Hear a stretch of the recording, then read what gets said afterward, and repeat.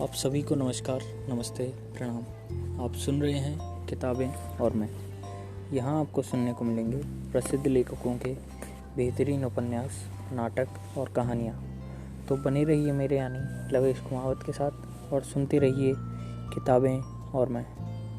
आज मैं आपको सुनाने जा रहा हूँ रवींद्रनाथ टैगोर की लिखी कहानी नैनजोर के बाबू। किसी समय नैनजोर के बाबू बहुत प्रसिद्ध जमींदार थे और अपने राजसी ठाठ के लिए प्रसिद्ध थे। ढाके की कोमल मलमल भी शरीर पर चुभती थी। गुड़ियों की शादी पर वे हजारों रुपए व्यय कर देते थे। एक बार रात को दिन बनाने के लिए उन्होंने अनगिनत दीपक जलाए थे और आकाश से चांदी के तार सूर्य किरण की बनाकर लटकाए थे। यह समय बाढ़ आने से पहले का था। बाढ़ आई और उनमें अनेक संपन्न परिवार नष्ट हो गए। हमारे पड़ोसी कैलाश बाबू एक प्रज्वलित दीपक की अंतिम ज्योति थे। वे जब बड़े हुए तो सब कुछ समाप्त हो चुका था। उनके पिता की मृत्यु के बाद उनकी शेष जमींदारी ऋण को भेंट हो गई। जो कुछ थोड़ा शेष रहा वह परिवार की सम्मान की दृष्टि से बहुत ही कम था। कैलाश बाबू नैनजोर छोड़कर कलकत्ते चले आए। उनके पुत्र की मृत्यु यौवन अवस्था में ही हो गई थी। उनके एकमात्र लड़की थी। कलकत्ते में कैलाश बाबू हमारे पड़ोस में ही रहते हैं। कौतूहलवश उनकी पारिवारिक कहानी हमारी कहानी से बिल्कुल विपरीत है। मेरे पिता ने अपने बाहुबल से रुपया कमाया और कभी फिजूल खर्ची नहीं किया। उनके कपड़े मजदूरों के समान रहते थे। उन्होंने राजसी व्यय करने के कभी बाबूजी बनने की इच्छा नहीं की। मुझे अपने पिता के इस आचरण पर गर्व है। उन्होंने मुझे उच्च शिक्षा देकर मुझे अपने पैरों पर खड़ा किया। मुझे स्वयं निर्मित होने का गर्व है। मुझे अपनी तिजोरी में रखे हुए नोट थोड़ी तड़क भड़क की अपेक्षा अधिक प्रिय है। इसी भावना पर मैं कैलाश बाबू के मिथ्यापूर्व बड़प्पन और ऋण लेकर जीविका चलाने को पसंद नहीं करता था। वे मेरे पिता की मजदूर वृत्ति की हीन दृष्टि रखते थे। मेरे सिवाय और कोई पड़ोसी कैलाश बाबू से विपरीत भाव नहीं रखता था। वे सबके दुख सुख में काम आने को तत्पर रहते हैं और पड़ोस के प्रत्येक धार्मिक कार्यों तथा उत्सवों में सम्मिलित होते थे। छोटे बड़े सबका हंसकर स्वागत करते और घर की कुशल मंगल पूछते। मोहल्ले में जिससे मिलते उससे प्रश्नों की झड़ी लगाते थे। आपसे मिलकर बहुत प्रसन्नता हुई। कुशल मंगल। शशि कैसी है? दादा ठीक है ना? तुमने सुना? मुझे तो अभी मालूम हुआ कि मधु बाबू के लड़के को ज्वर है। हरिचरण बाबू तो कभी मिलते ही नहीं। रखाल कहाँ है? घर में देवियों को प्रसन्न है। कैलाश बाबू की ड्रेस साफ सुथरी रहती थी। वे अन्य वस्त्रों को बिस्तर को हवा लगाते, धूप में सुखाते और झाड़कर तह करके संभाल कर रखते थे। नौकर न रहते हुए भी वे अपनी सफाई स्वयं करते थे। कैलाश बाबू के पास 2-4 पूर्व चिन्ह शेष थे। चांदी का इत्रदान, चांदी का गुलाब पास, सोने का प्याला, बहुमूल्य शाल और एक पुरानी पगड़ी। इन वस्तुओं को बड़ी कठिनाई से साहूकारों के पंजों से बचाकर रखा था। त्योहारों के अवसर पर इन वस्तुओं को निकालकर वे अपनी वंश प्रतिष्ठा कायम रखते थे। अपने मित्रों में इनका जिक्र करते और समय उनका हृदय पूर्व स्मृति से भर आता था। पड़ोस के लोग उन्हें ठाकुर दादा कहा करते थे। वे उनकी बैठक में जाकर घंटों बैठा करते थे। उनको कष्ट देना अनुचित समझकर वे अपने साथ तंबाकू लाते और कहते, ठाकुर दादा यह तंबाकू गया से आया है, पीकर देखो तो कैसा है। ठाकुर दादा इसे पीते और उसकी प्रशंसा करते। फिर प्रसंग छोड़कर बताते कि हम नैनजोर में 1 गिनी का आधी चटांग वाला तंबाकू पिया करते थे और अब तो शायद ही कोई उसे पीना पसंद करे। मेरे पास थोड़ा सा रखा है, तुम्हें लाकर पिलाऊंगा। पर सब जानते थे कि हाँ करने से बक्स की ताली खो जाएगी और अथवा उनके पुराने नौकर गणेश ने उसे खो दिया होगा।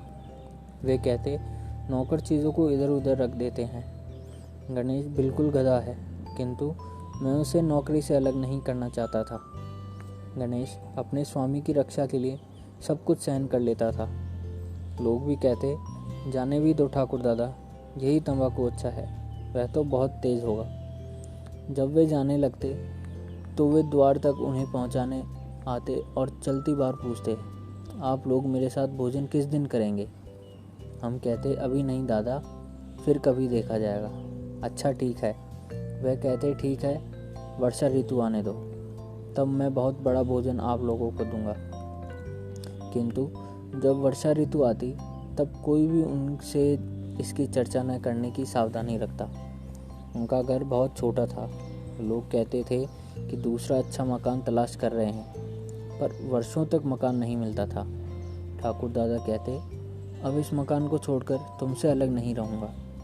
वे तन्मय होकर नयनजोर और गौरव वर्णन करते और यही विश्वास रखते कि सब लोग मेरी बात को सत्य मान रहे हैं। कैलाश बाबू से विपरीत भाव रखते का मेरा एक कारण था। यद्यपि मैं संपन्न था और अपने परिश्रम करके छोटी अवस्था में एमए पास कर लिया था। मैं स्वस्थ और सुंदर युवक था। कन्याओं के लिए पिता मुझे देखने आते और मेरी स्वीकृति की याचना करते। मैंने अपने सम्मुख एक धनी कन्या की रूपरेखा खींच रखी थी और मैं अपनी भावना को हीरे मोती की तुला में तोलना चाहता था, किंतु मेरे योग्य कोई कन्या नहीं थी। मैं भवभूति की इस पंक्ति को याद करता था, इस वृतन संसार और अनंत काल में कभी तो कोई मेरे श्रेष्ठ वैभव के योग्य जन्म लेगा, किंतु इस युग और इस बंग भूमि में मेरी आशा पूर्ण होनी कठिन थी। मेरी गुणगाथा दूर दूर तक अनेक पिताओं की जीवा पर थी। वे अपनी मेरी आराधना करते और मैं प्रभु वेदी पर आसीन होकर उनको देखता था, क्योंकि मैं श्रेष्ठ युवक था। मैं पहले कह चुका था कि ठाकुर दादा के एक पुत्री थी। मैंने उसे अनेक बार देखा था, पर मैंने उसे कभी सुंदर नहीं सोचा, न मैंने कभी उसे जीवन संगिनी ही बनाने पर विचार किया।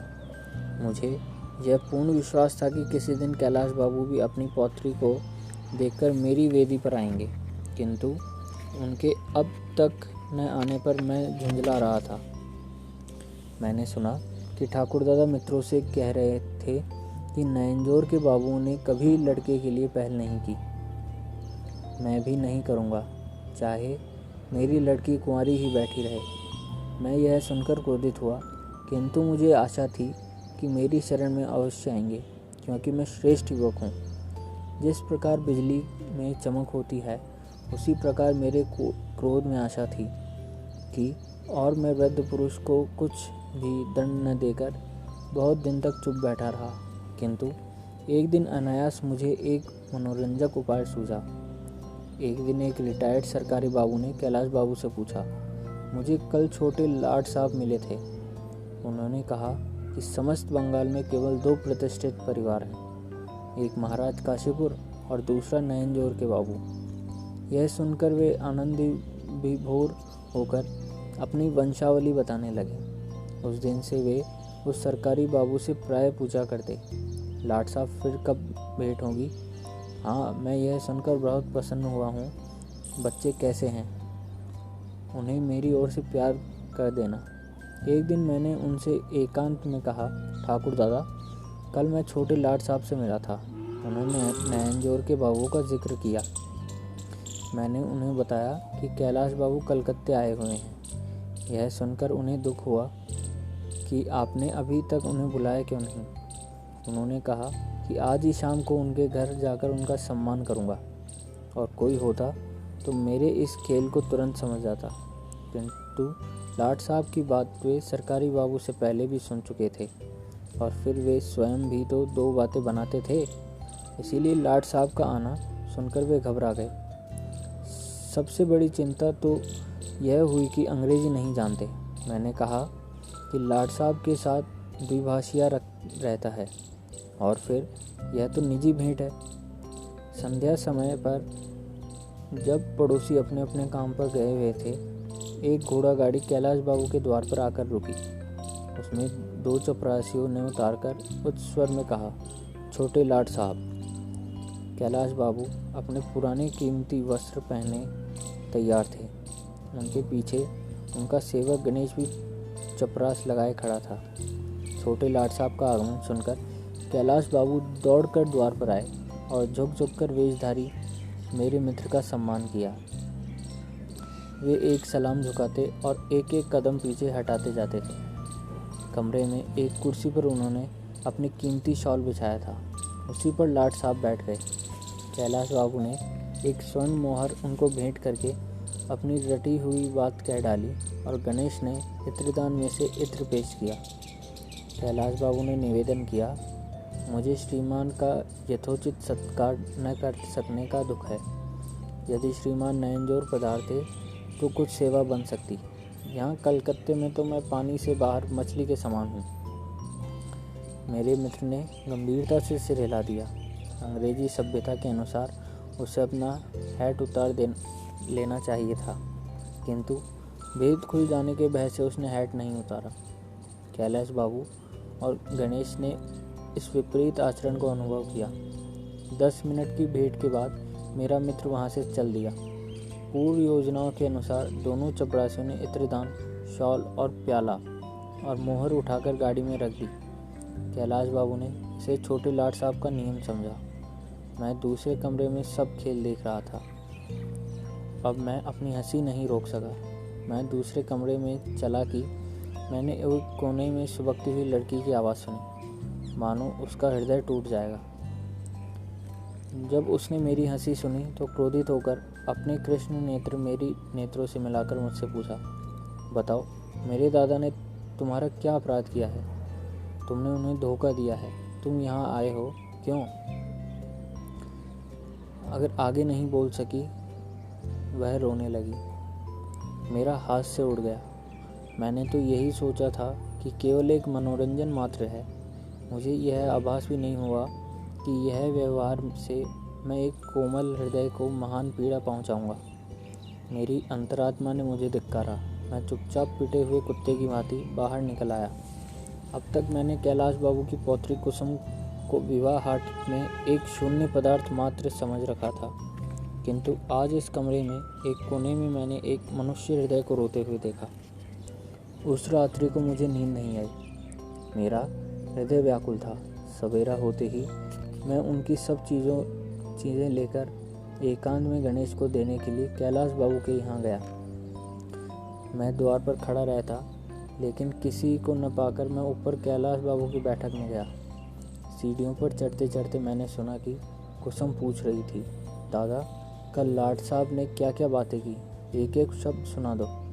पर दादा ने विजेता की भांति गर्वित होकर बढ़ा चढ़ाकर बातें सुनाई और कुसुम अपने दादा को तनिक भी हतोत्साह न करके पूर्ण संयम से दत्तचित्त हो सुनने लगी। मेरा हृदय भरा आया और नेत्रों में आंसू आ गए। मैं सीढ़ियों में खड़ा रहा और जब ठाकुर दादा लाट साहब की भेंट सुनाकर वहाँ से चले गए तो मैंने सब चीज़ें लड़की के चरणों में डाल दी और चला गया। दिन चढ़े मैं फिर उनके घर गया। पहले मैं कभी कैलाश बाबू का अभिवादन नहीं करता था, किंतु आज मैंने उनके चरण छुए। उन्होंने इस सम्मान के कारण लाट साहब को भेंट समझा। वे हम सब लोगों की भेंट का वर्णन सुनाने लगे। जब लोग चले गए तब मैंने एकांत में उनसे कहा, यद्यपि मुझे ऐसा संभ्रांत और सम्मानीय परिवार में विवाह हो जाने की आशा नहीं है, पर फिर भी कैलाश बाबू ने मुझे हृदय से लगा लिया और कहा, मैं एक गरीब व्यक्ति हूँ। क्या मेरा ऐसा सौभाग्य हो सकता है? जीवन में केवल इसी क्षण उन्होंने गरीबी स्वीकार की थी।